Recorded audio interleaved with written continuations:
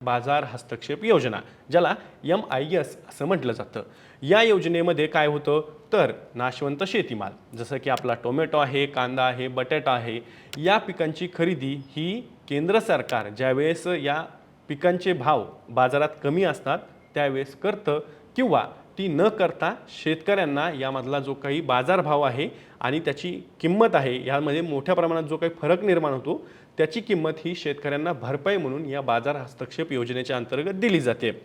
आता यामध्ये केंद्र सरकारनं काही अलीकडे बदलसुद्धा केले होते, म्हणजे या योजनेची व्याप्तीसुद्धा एका प्रमाणात वाढवण्यात आलेली होती. त्यामध्ये असं सांगितलं होतं केंद्र सरकारनं की या योजनेच्या अंतर्गत 25% खरेदी ही 40% सुद्धा करण्यात येऊ शकते. म्हणजेच खरेदीची व्याप्तीसुद्धा या योजनेच्या अंतर्गत अलीकडेच केंद्र सरकारनं वाढवलेली होती.